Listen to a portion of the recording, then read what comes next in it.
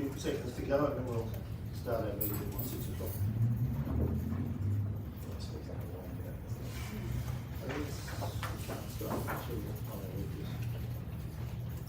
Andrew, you're on that. You'd like to start the video, please? It's already on.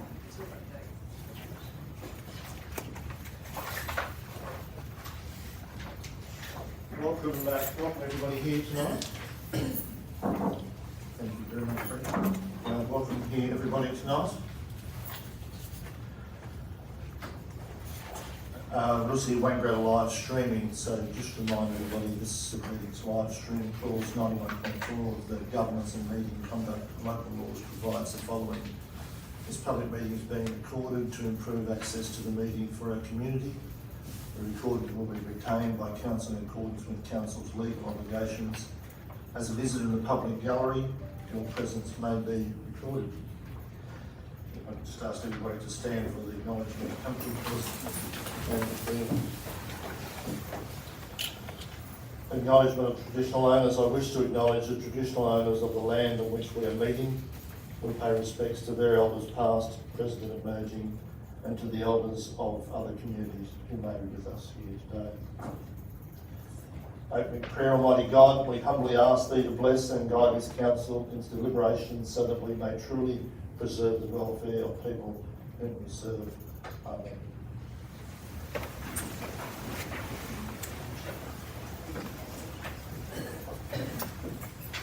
Thank you all for coming here tonight. We really appreciate you being here. This sheet is on many of the seats, and I'll just read it out. These meetings are the place where we as councillors make decisions on a broad range of matters. These can vary greatly in subject significance and the level of interest or involvement the community has. As part of making these decisions, we are presented with comprehensive information that helps us to form our position. You'll find this in the agenda. One of the other things that can often help us come to the point of making a good decision is listening to questions that our community may have regarding an item.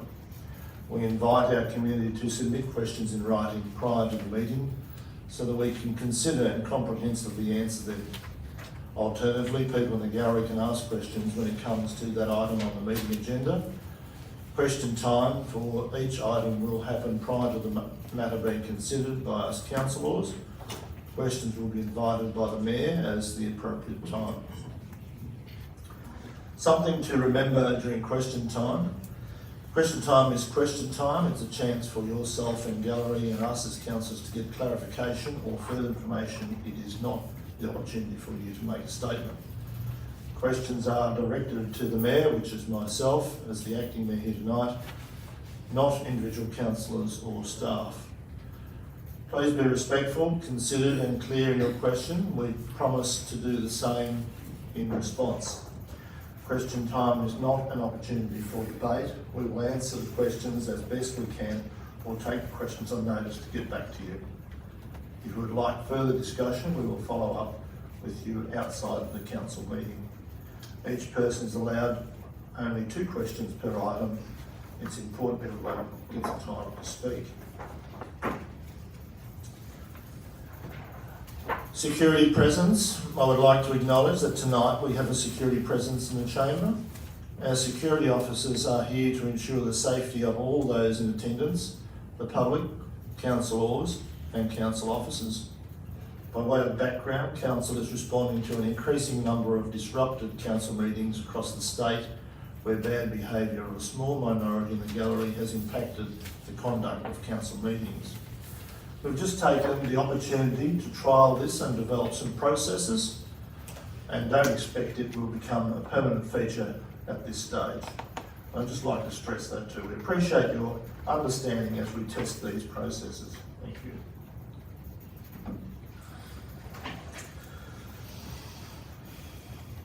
So we've done that. We have absent here tonight apologies from Councillor Ashley Fitzpatrick, who's an apology, and Mayor Councillor Dean Rees, who was granted leave at last meeting. Also like to welcome my 11-year-old daughter sitting down the back there, Emily Bussell, It's great to see some young faces in the council chamber. We have no citizenship ceremony.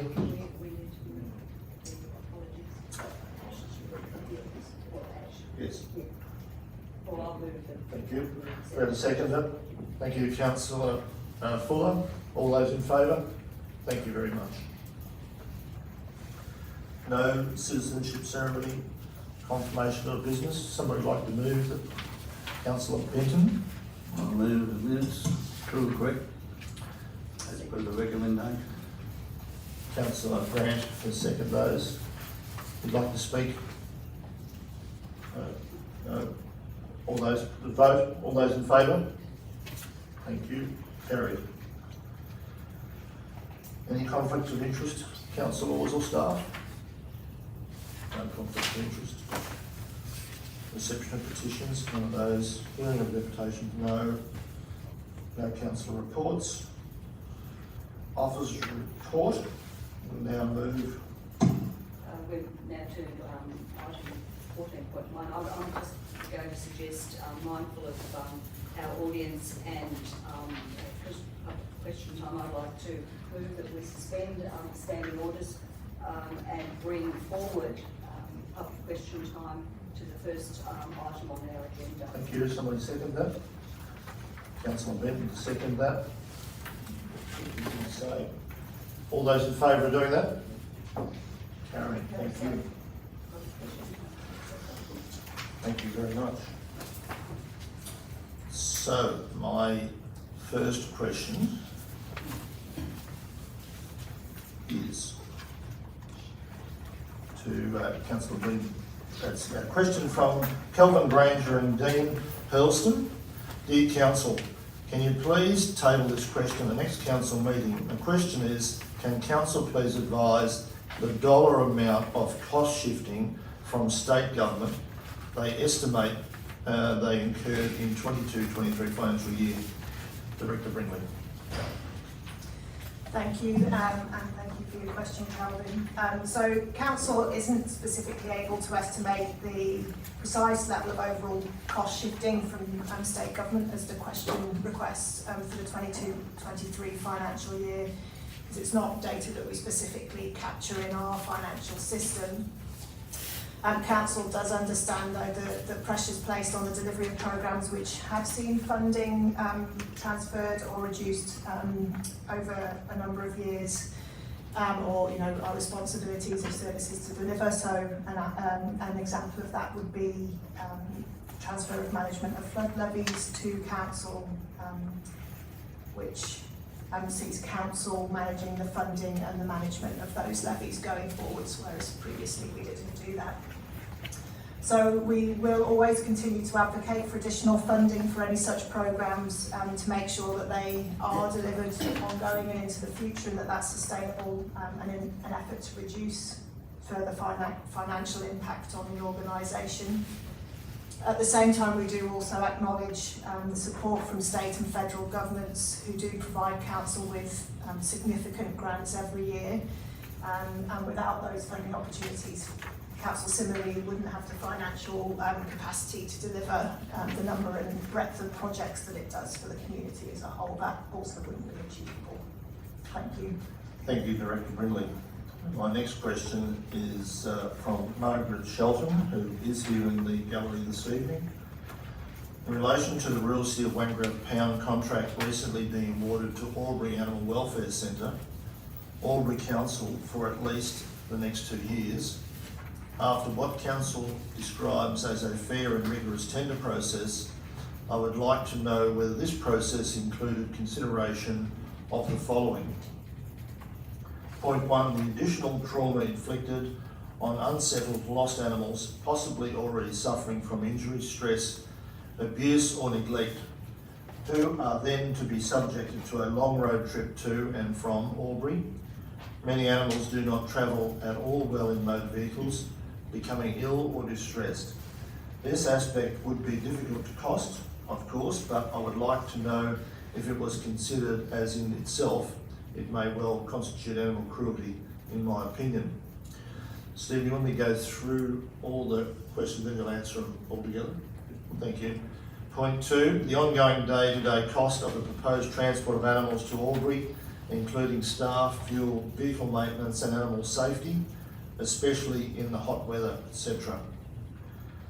Point 3, the distress caused to animal owners by having them unavailable locally to retrieve, especially those who are unable to drive to Albury. Point 4, the additional expense to owners who may want to retrieve their animals in Albury straight away rather than wait for them to be brought back to Wangaratta. Point 5, local people from the Wangaratta area who want to adopt an animal no longer being able to visit and see potential new pets in their own area. Point 6, what appears to be the waste of an already established facility built and staffed for the required purpose. Point 7, the cost of necessary veterinary treatment in Wangaratta prior to transport to Albury for sick or injured stray animals, some of whom may have been hit by cars or subject to abuse or generally distressed when they are detained. And the last point, the cost of establishing a new holding facility in Wangaratta. Where is this? Is it open to the public? How many animals does it cater for? Thank you very much, Margaret. Stephen, I'd like you to respond, please. Thanks again for those questions. The welfare of animals and supporting responsible pet ownership remain priorities for Council, and this is reflected in our processes related to the contract with Albury Animal Welfare Centre. This includes reuniting animals with their owners as quickly as possible where we can find and get in touch with owners, ensuring your animal is registered and microchipped and your contact details are up to date will help us with this. Providing animals with the vet care they need. In instances where an animal is not fit for transport, our officers will not transport it and will seek local vet care for that animal.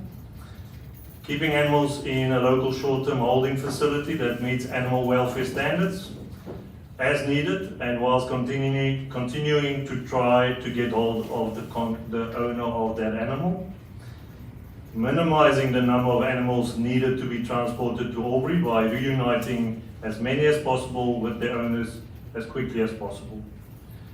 Transporting animals in vehicles that meet the relevant standards, and minimizing the time animals spent in the pound in Albury by continuing to attempt to identify the owners and contact those owners, and bringing animals back to Wangaratta 3 times a week.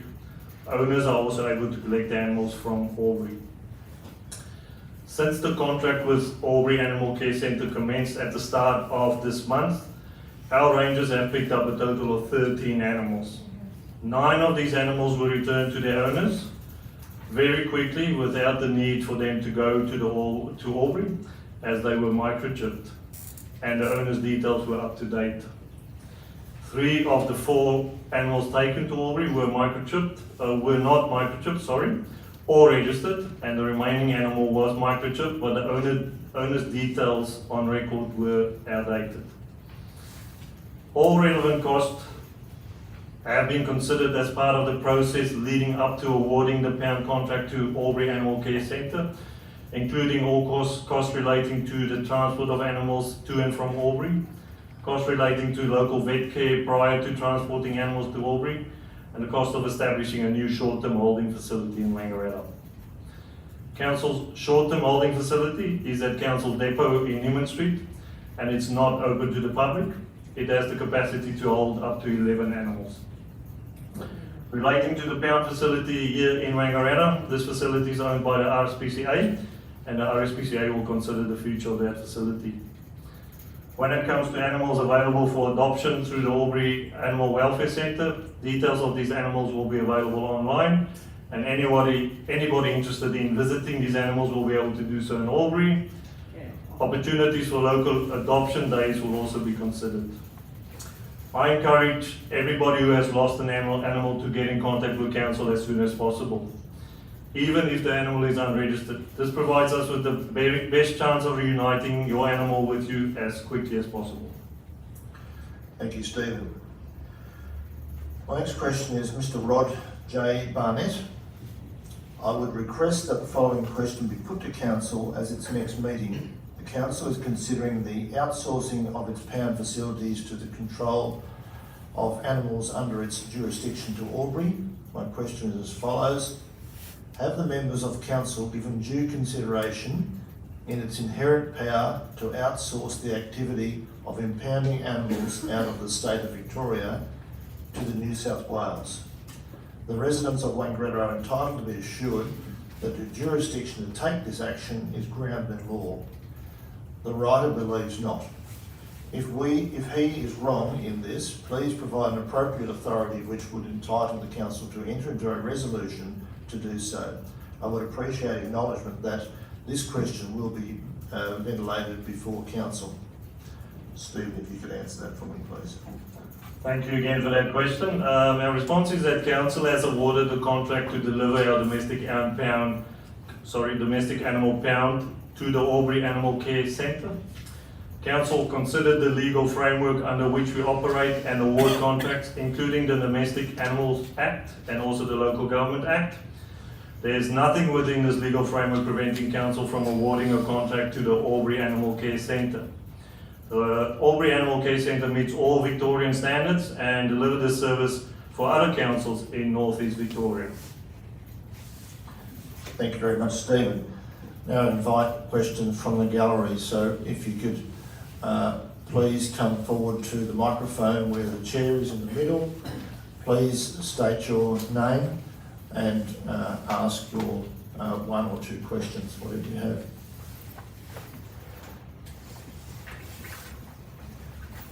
Thank you.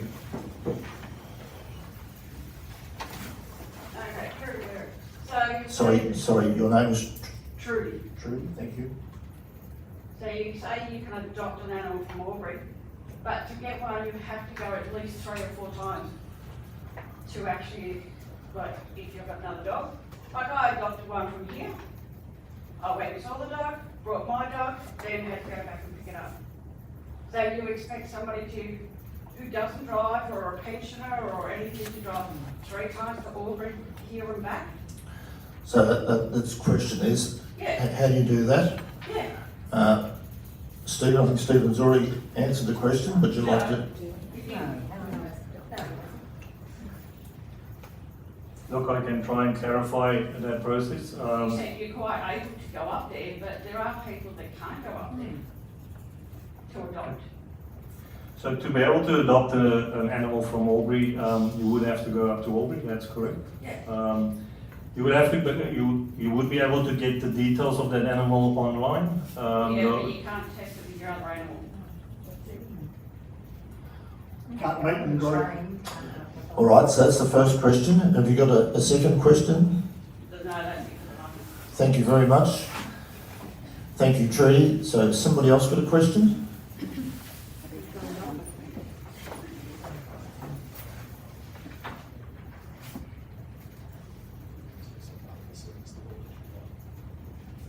Thank you. I'm Barbara Webster, and I'm with the Wodonga Dog Rescue. Thank you, Bob.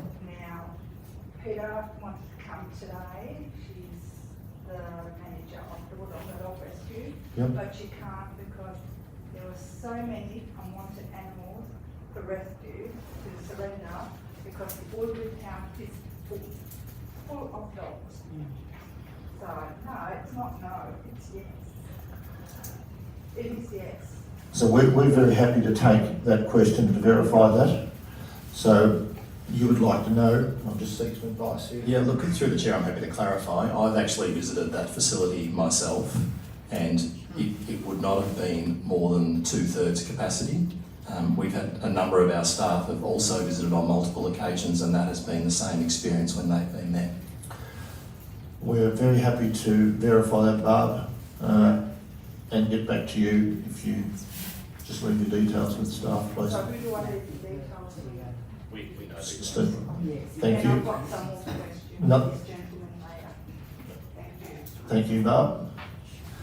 You can do that through the week through our front desk. I will. Thank you. Any other questions from the gallery?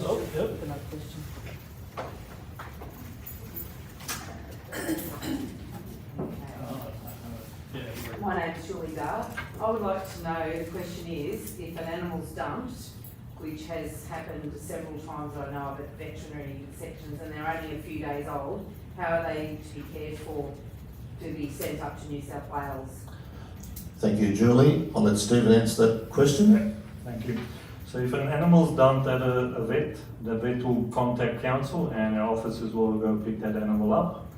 Obviously that animal, the chances of that being registered or microchipped is very little, and it's been surrendered. We will then take that animal up to Albury and it will be put up for adoption if it's suited for that purpose. Yeah, that's my question. I just have that worry about animals that are far too young to be adopted, and I've had several on my farm that I've had to bring into Wangaratta shelter, and that is the problem with, they're not the registered and the microchip dogs which we all own, it's the animals that are dumped through needless breeding often. Thank you, Julie. I hope that answers your question. Thank you. Yeah. Yes, you. Just to add, Julie, to your question, one of the conversations that we had with the staff at Albury on the day that I visited, and Stephen was also in attendance, we spent quite a bit of time talking about their adoption process and how do they determine what a dog is suitable for adoption or not. I left there, thoroughly convinced that they go to every effort to have a dog rehomed if it's suitable, and it's only the very few animals that are considered dangerous, for example, that don't end up being adopted. So I felt very confident from that visit that there was a lot of time and care put into that process. These are the animals like kittens that might only be a few days old that people just totally dump on places, and that's what concerns me, because they're not going to be old enough for about 8 weeks to be adopted. So during our visit, there were essentially two sheds that housed cats. There was one shed which I recall was for the animals that had kind of just been surrendered and just come into there. So they were still in the process of trying to locate the owners and have them come home. And then there was a second shed where there was a number of cats, many of whom had been obviously in residence for quite some time and who were just kind of happily strolling around inside that shed. And they were ones that they hadn't been able to find the owners of, and were in the process of an adoption process for those cats. And there was quite a range of animals from very, very young through to some that were obviously quite old as well. I have been to plenty of shelters. Thank you, CEO McGrath. Do we have any further questions? Yes, please come forward and state your name. Hello, my name's Claire Russell. I just have a process question, I guess. I sent a long letter to council after that information appeared in the Chronicle. I received a reply from somebody in council, and I'd like to know whether council has got my letter. I sent it to the council to be passed on to councillors, and that was about probably 2 weeks or 3 weeks ago maybe. That was my question. I'd like to know whether you received that and have read it. So what was the... The question was around my concerns around the RSPCA being closed and the concerns that have already been stated by a number of people here. I want to know whether councillors have read that, because when I send things into council and I receive a response, so I sent an email to council, said to all councillors, I didn't send it individually to the councillor sitting here. When I receive a response from an infrastructure person here, and I can't remember the person's name, I assume that would be passed on to councillors. I would like to know whether councillors have received that. You won't be able to tell me now, but I'd like to know whether you... Very happy to do that, Claire. Very happy. Through the Chair, if I just could comment on the process. When we receive correspondence that's specifically addressed to councillors, we always provide that correspondence to councillors. Sometimes officers will respond on councillors' behalf, or sometimes the Mayor will respond on behalf of councillors. It sort of depends on what the issue is and who has the most information about it. If officers are responding on the councillor's behalf, we would always copy the councillors into that reply so they see the other half of the correspondence, if you like. Sorry, I don't know who you are. Sorry, I'm Brendan, I'm the CEO. Brendan McGrath. Thank you. Yeah. I don't know specifically about your letter, but that's the normal process we use. So Claire, the letter will be here, the staff will follow up, they'll have your address and they will be in contact with you. Thank you. Well, just to clarify with Claire, I received a letter from you this afternoon. Yes, that's a different one, I reckon. Yeah, Yes. and I have no recollection of any other Okay. from We'll follow that through. Thank you, Claire. Any other questions?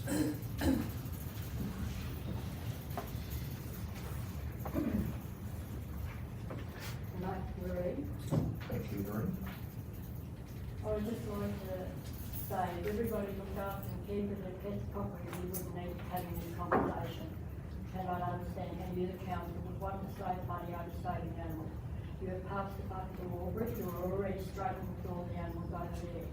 It would be sad enough for these animals to be lost and then shipped off over to Albury. Is there any way you could change your mind about this ridiculous decision you have made? Why not build a big new pound? All I ask is please, everyone keep your dogs and cats secure and safe so they won't have to go through more stress having to go to Albury. 48 years ago, there was an article in the Wangaratta Chronicle, the 10th of September 1975, Jack's got a picture of it, where some little person had dumped a little puppy over the town fence, and who needed a mum. So my sister and I and another girl went to the pound and gave him a hug. We named him Digger Boy, and we became his mother. Now all that's been taken away, there's no more pound now.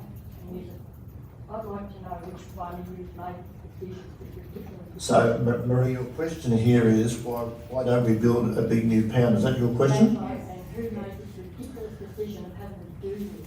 To send a ship on the fire to Albury when they're already stressed enough? Which one, all of us or who? Thanks, Marie, for your multi-part question. I'd certainly start by endorsing your comments about the importance of people looking after their animals. I wholeheartedly agree with you, and if everybody does that, then we won't need to worry about where they go. You can scoff at that, but that's my view. In relation to the question of whether or not we might have our own pound, part of the decision was the decision has been made for 2 years. The contract has been entered into and the RSPCA contract has ended, so we can't undo that.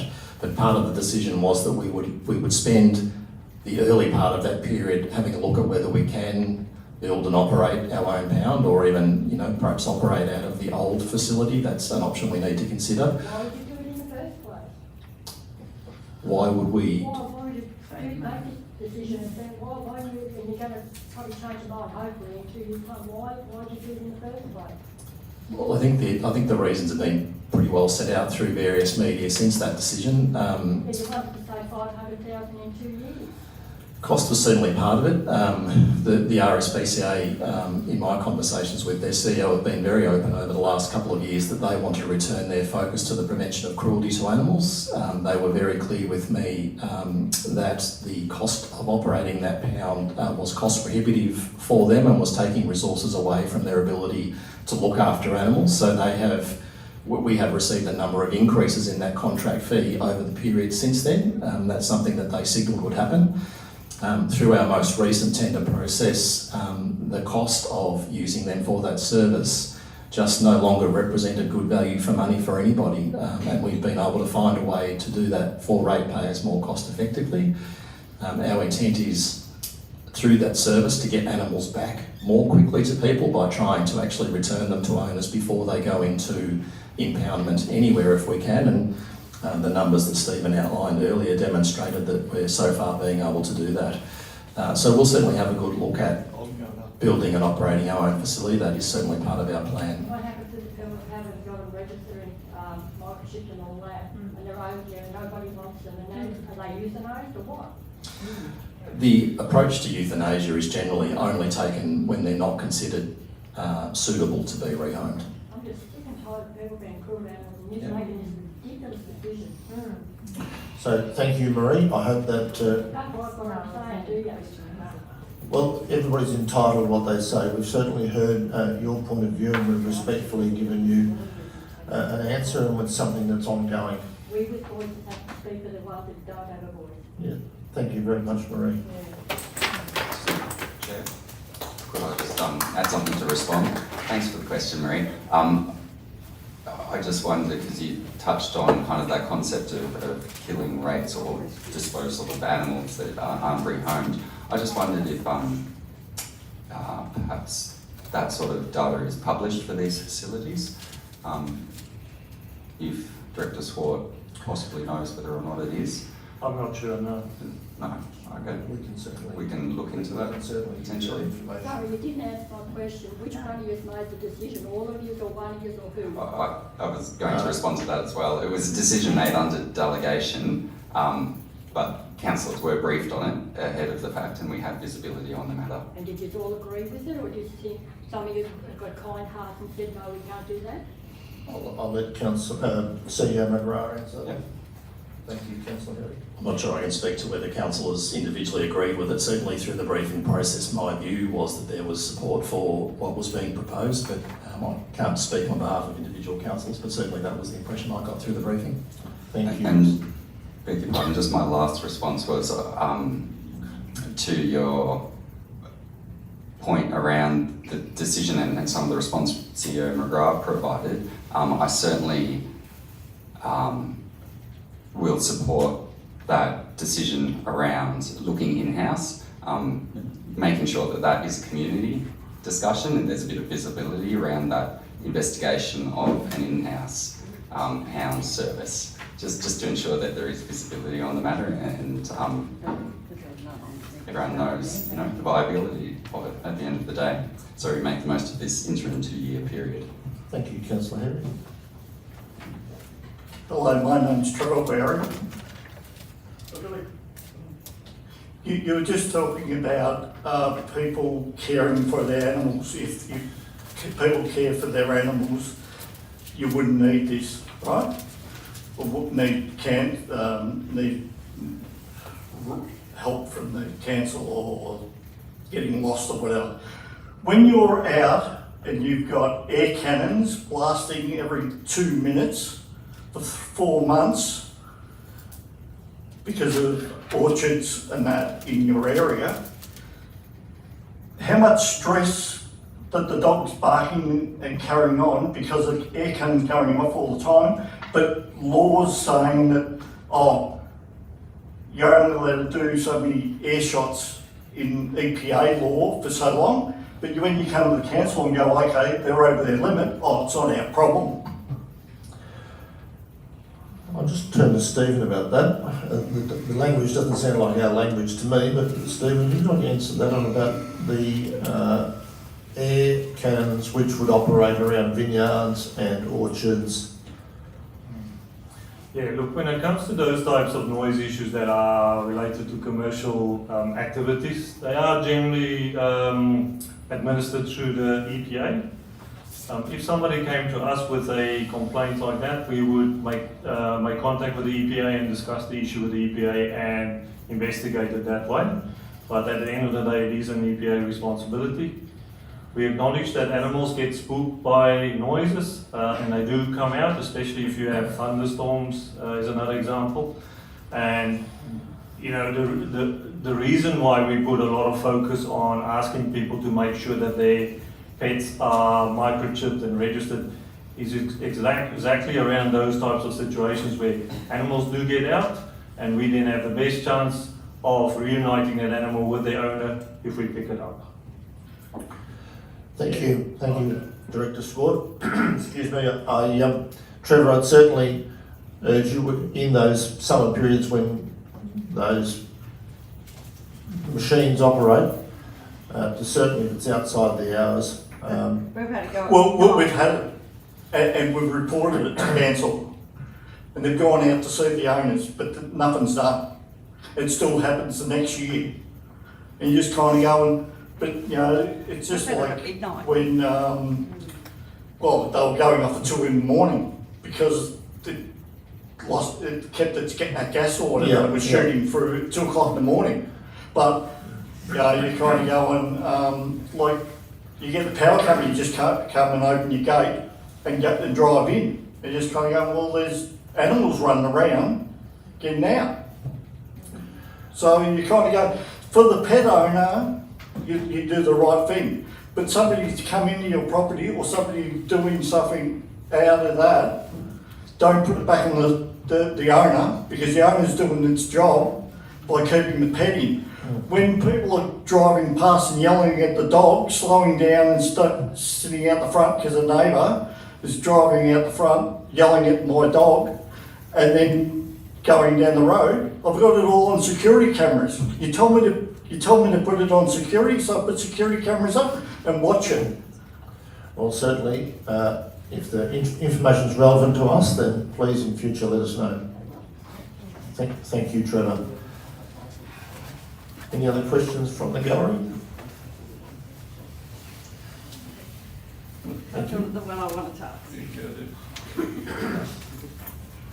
So, when you pick up these animals, Your name is? Trudy, again. Okay. So when you pick up the animals and get them back, do you charge them for having the animals loose? Director Swart.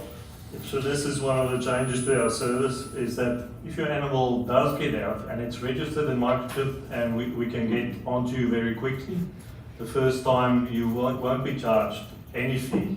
You will get a warning because it's your responsibility to keep that animal safe. If that happens more frequently, we will get to a point where we would have to issue infringement notices. And that's also why I stressed before that, our focus is very much on trying to get your animal back to you as soon as possible without taking it to Albury. If the animal does go to Albury because we can't get in touch with the owner because it's not registered and microchipped or the information is not up to date, but the owner comes forward in that period of time, you would have to pay a release fee up in Albury to release the animal. If your animal is not registered, you'd also be required to register the animal at that point in time. Thank you, Director Swart. What was the charge before? Are you aware of what the previous charge was from the RSPCA? I'm not aware of the previous charge, but I can talk about our current fees in our current financial year. So to release impounded animal from the pound, a dog is $220, a cat is $110, and then the registration fee is $48.50 for desexed animals and $146 for entire animals.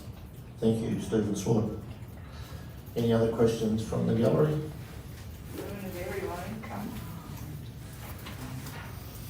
Hi, I'm Nadia. I'm from RSPCA. So it's not so much of a question, but I would just like everyone to know that we have loved being part of the Wangaratta community, and we hope to continue that. We have a great relationship with Celeste.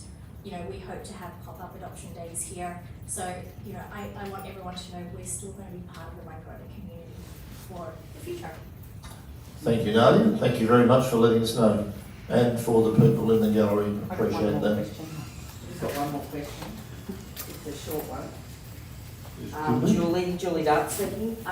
Is there a possibility of any way that the council could see to offering people on pensions and older people neutering costs half price, say at some veterinary place like other municipalities have across the state? Because this would help with people that are unable to get their animals desexed and the dumping of these animals that end up with nowhere to go. Thanks, Julie. I'll let CEO McGrath answer that one. I can provide part of the answer. Stephen might provide some clarification. We have actually included an amount of money in the current year's budget, I think around $20,000, 15 or 20,000, $5,000. I should have just let you answer the question. That money will be used to do the very thing that you're talking about. It's a bit of a trial for us. So we are working with the local vets to kind of work out how that system would work and which vets are prepared to provide it. So we will give that a go with the money that we've got available this year and see how that works. Thank you. Can I maybe add a little bit to that? We are also seeking grant funding opportunities. So recently a grant funding opportunity did come around and we are applying for that opportunity. We're just waiting to hear back. So we might be able to add to that money that we have in the budget and deliver a broader program. Thank you, Director Swart. Thank you, CEO McGrath. Hope that helps you there, Julie.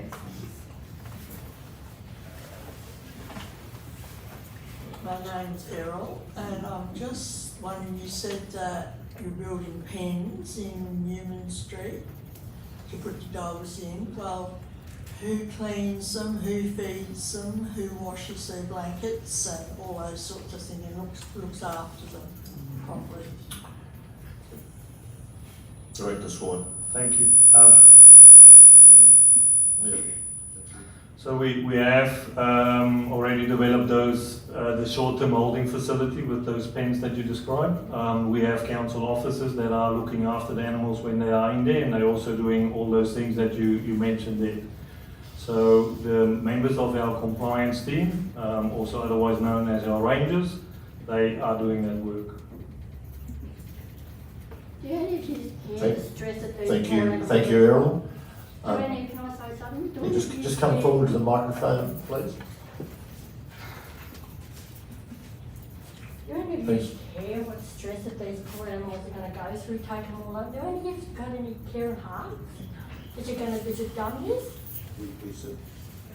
We certainly do have care and we do have heart, Marie. I can assure you, Why absolutely. did you make a stupid decision? These poor little animals are gonna be shipped up over there in the back of a van or wherever you, I just cannot understand this.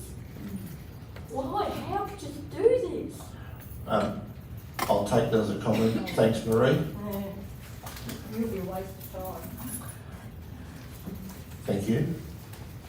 Just got a quick question. My name is Margaret Shelton. If you're going to be discussing the future of Wangaratta's possibly having a pound of its own again, is there capacity for volunteers? There are obviously many interested people here to be part of those discussions. Margaret, that certainly will be a part of the process we go through, and I'll let CEO McGrath answer the rest of that question. Yeah, thanks, Margaret. The point around the importance of volunteers having a role in the pounds has been made to me on a number of occasions. I understand the the kind of social benefit for a lot of people of working with animals and being able to provide that care for animals. So it certainly is a model that we'll be looking to incorporate into our own operations if we get to that point. That's, as Jack mentioned earlier, we see this as being a good opportunity to engage with people on how this actually unfolds, and I think the volunteer model and how that might work would be part of what we'd be interested in getting some community views on when we get to that point. I guess I'm thinking more of the preliminary stages about how it would be set up as well. Thank you, Margaret. Any other questions? Thank you very much. We take the feedback. We really look forward to the community feedback from the gallery. But if you discussed it beforehand, you wouldn't have had to have all this. I'll take that as a comment. We do look forward to feedback from our people that come here, so thank you very much. And now we'll move to the next part of our meeting. So if I can get somebody to... Well, I'll move, Mr Chair, that we resume our standing orders and go to item 14+1. Somebody second that. Seconded, Councillor Fuller. All those in favour? And it's carried. Thank you. So we go to 14.1, the Urban Tree Plan 2023 and supporting documents. I'll look to Director Goonan, please. Thank you, Councillor Bussell. This report is presented to Council to seek the adoption of the new Urban Tree Plan and its associated manuals. The plan has 2 associated manuals which have been updated to include new industry practices, climate adaptation and tree canopy actions and targets. The Urban Tree Plan replaces Council's current tree management strategy of 2016. Implementation of the Urban Tree Plan will assist in achieving multiple goals outlined in Council's plan and ensure that the trees continue to have a positive contribution to the way the community mitigates and adapts to climate change. The plan also includes a canopy policy for the first time and has a lifespan of 4 years, after which a review is required. The first draft of this plan was released for public exhibition in mid-2022, with significant feedback received and incorporated into the documents. Given the significant changes made since the first review, further feedback was sought from the community in March and April 2023. Very little feedback was received, and that was only on specific parts of the plan. Council officers now believe this plan is ready for adoption, and the recommendation is that Council adopts the Urban Tree Plan and associated manuals. Thank you, Director Goonan. Is there any questions from the gallery on the Urban Tree Plan? Please come forward.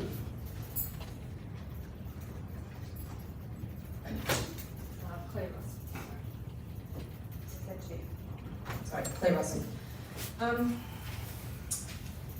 So I'm concerned about the tree situation in Merrill Park, greatly concerned. Has the hazard assessment been done on those trees and where is it published? Ask Director Goon for that question. Yep. So there has been several hazard assessments completed on that. They're not publicly available at this point in time. I am planning to do a social media post tomorrow explaining and outlining the exact process that we go through for those and explaining how that works. So we will be able to see the report? I'm happy to provide the risk assessment. Yep, Yes. I think that needs to be done. Yep. Because I'd like to read who has done that and what it actually says. I've lived here in Wangaratta all of my life, except for a 13-year period. Those trees down in Merrill Park are invaluable. And it distresses me immensely to see that somebody, and there have been complaints about those trees over the years, and I realise I'm making a statement now and I have another question to ask. I realise that people have objected to those trees, people have called for them to be felled before, and now it looks like it's going to happen, and it's horrific. My second question is, sorry? Thank you for your first question. Yep, so the hazard assessment. The second question is, I emailed councillors today. You didn't, I guess you're Marcus Goonan, are you? Director Goon, yes. Get that, you didn't get it, councillors got it. It's a research paper entitled A Review of Deaths in Australia from Accidental Tree Failures by Hartley and Chalk in 2019. I would like to know whether that research paper has informed any of your work around this, because it significantly challenges what you are talking about in felling those trees. So what was the question there? I want to know whether councillors have read it. I know that I've had a response from one council, which is great, and Eileen Grant has said that she has received it. You've all received it. It is an extremely thorough report challenging all this thing about, you know, trees that fall over and kill people, and so anyway, you will read it, and I may send it to the Chronicle for publication as well, because everybody in Wangaratta needs to read that. We live with river red gums. They are, you know, I live back onto my house. They are part of our lives, and now we're talking about culling them. You know, I walk along bike paths, I walk under them all the time. So I want to know whether this research report has informed it, particularly if you look under the heading Benchmarking and Understanding Risk from Tree Failure. So it's not just about arborists going down there and going, oh, I think that one, they look a bit dodgy. This is full, proper research from the arborists of Australia, not from just your local, you know, and I don't know who you get, but I'd really like to know who you get to do this. Thank you, Claire. Thank you for that. If I may, Chair, respond to this. Yeah, thank you for your questions, Claire. On the second one, I did receive that email. What's your question, Councillor Heritage? A response to the question put. I believe as councillors we are allowed to provide a response. I was familiar with that article actually, that piece of research actually, it's not an article, and it certainly has been informing my own decision-making process. And so just for familiarity of the rest of the gallery, it just is a research paper that tries to put a bit of perspective on the risk that trees pose, because it can often get out of perspective. And when you look at some of the other risks that we tolerate on a day-to-day basis, they're far more significant than the risk that trees pose. The first question regarding a hazard assessment and availability of such a thing, or a risk assessment, or a comprehensive risk assessment perhaps, I'll just stress that I think transparency on a decision like this regarding assets that are worth many hundreds of thousands of dollars, some total of those assets, I'm not sure, but at least 500,000, maybe $1 million. When you're making a decision around that sort of asset value, I think transparency. Point of order, Mr. Mayor. Where is is essential. this, a question, where is this relevant to the situation in front of us at the moment? I know you haven't got a motion, but you've got a recommendation. Yep. The discussion of this is outside. Thank you. We'll go back to the questions from the gallery. Thank you. Thank you, Chair. Is there any other questions from the gallery on this motion? Marcus? Thank you. And appreciate the questions and very keen to continue the conversation with anyone who wants to talk about it. We are talking about a number of trees which has been reported as 12. The reality is there is still processes going on in the background, so the number is not greater than 12, and it could be down to 0 if we don't get through the process and can achieve offsets and those things that we need to do. It may well be 0. I'm more than comfortable with the rigour that's been put into it, and to be perfectly honest, we employ experts to give us expert opinions, and they are not just Joe Bloggs arborists. They're people who've done many, many years of study to get to where they've got to. And our contractors are the same. I've had a number of conversations with contractors about how we move forward around this. The piece that council ends up, or from an officer's level, because this is an operational, so to go to the question about who makes this decision, this is an operational decision that I'll make at my level, informed by all of the information that goes in front of me. And then, as we have said, we'll come out to the community and have a robust conversation around what is the future of Merrill Park, because the reality is that every tree has its time limits. We know that, and we've seen 4 of those trees fall over the last 12 months. And we're talking about mitigating some of that, a number under 12 of the 170 trees within Merrill Park. But we do need to start a conversation now about what ultimately would we like Merrill Park replaced with once these trees do start to fall, because they are going to fall and die over time. It may not be in my lifetime, it may be in someone else's, but we need to be forward planning these things. May I come back? One more question, please.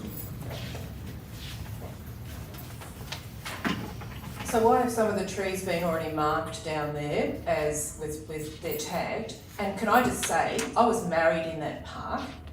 That park has special residence for lots and lots and lots of generations of people in Wangaratta. To talk about the fact that they may all need to be, eliminated at some time is appalling. Anyway, that's my statement.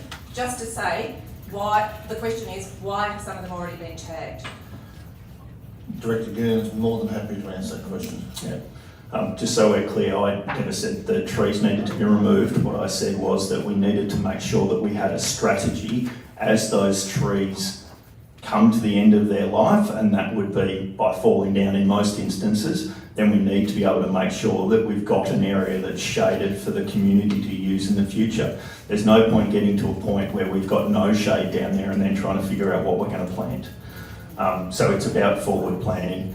As far as why those trees marked, quite clearly set out in the Urban Tree Management Plan, which is what we're talking about now, is the process of how we go about notifying the public of trees that are being assessed as being dangerous and potentially to be removed. So they have been marked as such, as per the process that was set out in the Urban Tree Management Plan, which has been out for community consultation twice now. Yes, I realise I have read it. Thank you, Director Goonan. Any other questions from the gallery? No other questions from the gallery. I ask for a mover. Councillor Grant will move the recommendation. Councillor Berry to second the recommendation. No, I was putting my hand up to move different recommendation. Sorry, too slow there. Somebody to second the motion? Councillor Benton to second the motion. Councillor Grant, would you like to talk to the motion? Well, I think we've had a bit of discussion here this evening, and in terms of my listening to what people have said, I certainly recognise the importance and the value of trees, and the importance of the management of those trees being in a public space is also important, and council needs to consider how that's done. Hence the reason that I'm moving the recommendation to accept the urban tree management plan, which has been out for consultation, and we've had submissions back and we've considered those submissions. So it's important to have a process in place because I think that's been absent, and that's been one of the reasons why we've had such a lot of the angst that's been focused on what's happening in Merriwa Park. We can't deny that there are issues, but I think it's important that we manage those issues and manage those issues in a way that has the least impact, and I think this needs to be absolutely emphasised, the least impact to the broader community. So they're my opening words. Thank you, Councillor. Thank you, Councillor Grant. Councillor Benton? Just to endorse Councillor Grant's sentiments there in relation, I suppose I've spent a lot of my time dealing with trees, and I think the process that we've got to get to, and this is outlined in the urban tree plan, and to be able to make sure not only just what we've talked about previously, but all the structures within the urban areas, within the small villages, we've got some sort of direction and continuity going forward. And the very fact that this document's been out twice to the public and we've been able to accommodate all their sentiments, I think gives evidence that we've got to go forward with this plan going forward. Thank you. Councillor Herring. Thank you, Councillor Ben. Councillor Herring. Thank you, Chair. So I'll speak against the motion, largely because I consider aspects of the document inadequate. It relates to recent events, and they were raised by a questioner regarding risk, and with what's happened in Merriwa Park, it's had me looking at that section of the document with a finer eye, a little more in a little more detail, and I'm not confident that the process in that document is absolutely robust. I'm not confident that it fully considers a structured risk assessment. I'm not confident with the risk process as executed under the current policy, but I don't think the updated document is going to be any better. It's not the only part of the plan that I've got qualms about. I think the aspect around consideration of significant trees is another part of the document, but currently the trees in Merriwa Park wouldn't rate as significant. They just wouldn't be significant, which is obviously ridiculous. I think I wouldn't be the only one that would hold that opinion. Also, I think it's a little lacking in terms of what it's trying to do with the planning mechanisms we've got at our disposal to increase that canopy cover in the private realm on private land. But yeah, really the main reason is because I don't feel the risk aspect is a robust framework. There's a minimum industry standard that I would like to see considered for the document. It hasn't been considered. It's not referenced in the document, and that relates to the process of risk and some of those questions around who does the assessments, what they have to report on, which tools they have to use, and how that's presented in a report, just so that everyone can understand exactly how the process of such important decisions is conducted. So I foreshadow that if this motion lapses, I will move a motion to defer the debate on the matter, such that the minimum industry standards 501 developed by the arborist industry for the arborist industry in Australia and New Zealand regarding tree risk assessment might be considered, and integration into the risk part of our document could be considered. Thank you. Thank you, Councillor Herring. Anybody else like to speak? No, Councillor Fuller? Well, I'd just like to question with regard to industry standards. I believe our policy is informed by industry standard, Councillor. Director Gooden? I'm happy to be a councillor for a minute. Yeah. You just voted in. Yeah, no, I just need to have that clarified because I'm understanding that it was. It is informed by industry standard, but there's a number of different industry standards and it is informed by industry standards and is developed by arborists with extensive knowledge within the field. Yeah, okay. Beg your pardon, Thank you. Chair. Councillor Grant has just spoken and she moved it, so she's just closed the debate. Now I'll just put that to the vote, please. All those in favour? Oh my God. 4 in favour. The motion is carried. Thank you. We'll now move to 14.2, creative precinct detail design. Director Swart. Thank you, Mayor. In February this year, Council adopted a business case and concept design for the future development of the creative precinct. Next step to advance this project is to undertake a detailed design, and Council has received funding to support or to help with that detailed design from the Victorian Government. Council has completed the procurement process to consider proposals for the detailed design, and officers have made a recommendation, which is on the screen. It includes asking Council to approve additional expenditure on this project and to award the contract for the Wangaratta Creative Precinct Detailed Design to LCBB Pty Ltd or Sibling Architecture, authorising the Chief Executive Officer to sign and seal all relevant contract documents, and disclosing the contract price for the contract. Thank you, Director Swart. Any questions from the gallery? Thank you. So where is this sibling architecture? Wangaratta or not?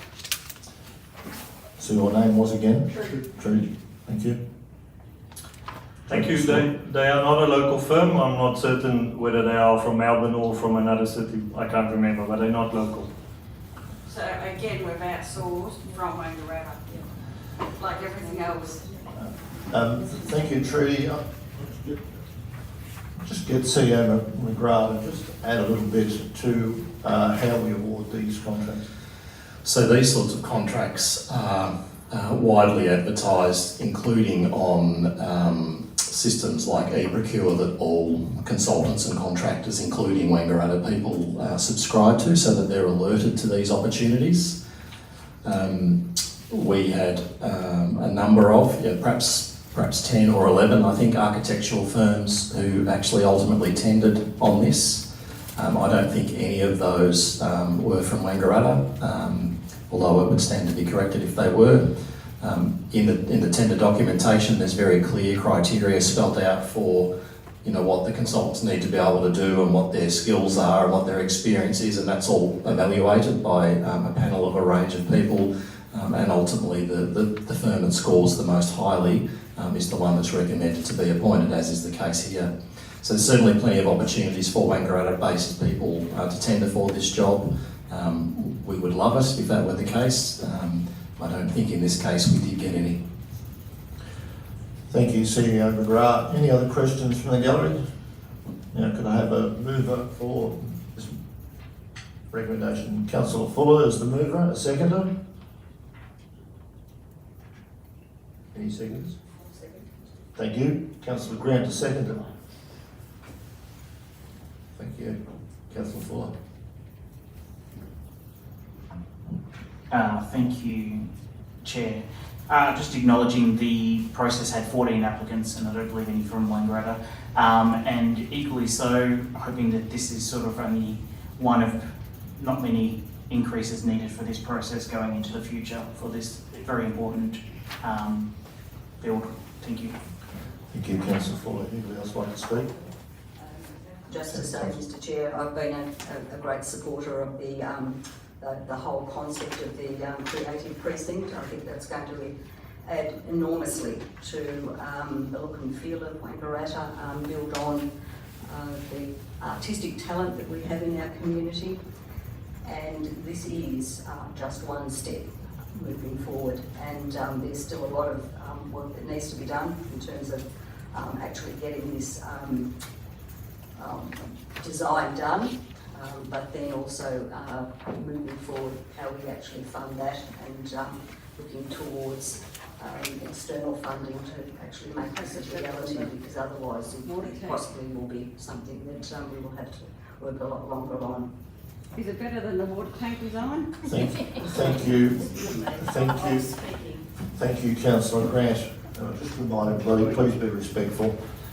Anybody, other councillors like to speak? Thank you. Councillor Fuller, would you like to, if I could put that to the vote? All those in favour? It's carried. Thank you. We now move to just disclose the price. Thank you, Stephen. Thank you, Mayor. The price for that contract is $1,129,461.30 excluding GST. Thank you, Director Swart. We now move to 14.3, nomination of committees of management. Thank you. This report is presented to Council to endorse the nomination of volunteers to committees of management under the Community Asset Committee Instrument of Delegation. These are for the Everton Hall and Reserve, Eldorado Hall, Oxley Shire Hall, Moyu Hall and Old Mamungi Hall. The nominations are for a period of 3 years, and a list of nominated members is in the attachment. The recommendation is that Council endorses the nominations to the attached report for the following committees, as I read out before. Thank you. Any questions from the gallery on this item? No? Can I look for a mover, please? Thanks, Mr Mayor. I'd like to move the recommendation as listed by the Director. I'll just ask a question. I won't announce until the motion. Yeah, if I just have a second, please. I'll second. Second to Councillor Grant. Councillor Benton. Well, the question is, we haven't voted on it yet, so list the names. Yep, would you like to speak to it? All I'd like to say is, No. I'd like to thank the past members and the future members coming on, because all these little halls and communities would die without the volunteers that have existed in these halls over the years and the many hours that they put in. So I don't think much more than I can say other than a big thank you and a big shout out, especially that this is coming up Volunteer Week. Thank you, Councillor Benton. Any other councillors like to speak? Thank you. If I could put that to the vote, please. All those in favour? It's been carried. Thank you. Councillor Benton, if you'd like to disclose who the Everton Hall is Gary Stevens, Eldorado Hall is John Bell, Cyril Bell, Judy Scholar, Oxley Hall is Stephen Nichols, Keith Yates, Joan Marr, Moyu Hall is Damien Curry, the Old Mamungi Hall is Maureen Ray, Brian Ray, Judy Griffiths, Jane Witherow, Denise Ray, John Bradford, James Neary and Lorna Neary, and Kathy Dobson and James Roach. Thank you, Councillor Benton. Thank you. We'll move to number 15, Sustainable Culture, there's nothing. Special Committee Reports, there's nothing. Advisory Committee Reports, there's nothing. Any minutes from Advisory Committee meetings? No. There's no notice of motions, there's no urgent business.